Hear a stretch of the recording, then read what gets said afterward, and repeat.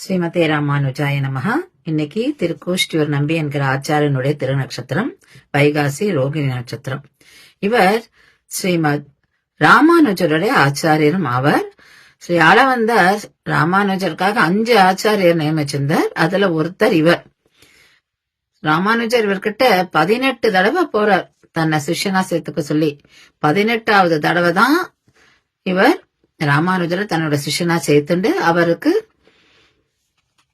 அர்த்த விசேஷங்களை சொல்லி தர்றார். அதாவது திருமந்திரம் துவயம் சர்ம ஸ்லோகத்தோட அர்த்த விசேஷங்களை இவர் என்ன பண்றார், இதெல்லாம் கத்துன்ட்டு யார் யாருக்கெல்லாம் மோட்சத்துல ஈடுபாடு இருக்கோ அவளுக்கெல்லாம் அந்த சர்ம ஸ்லோகத்தோட விசேஷ அர்த்தத்தை சொல்லி கொடுத்துடுறார்.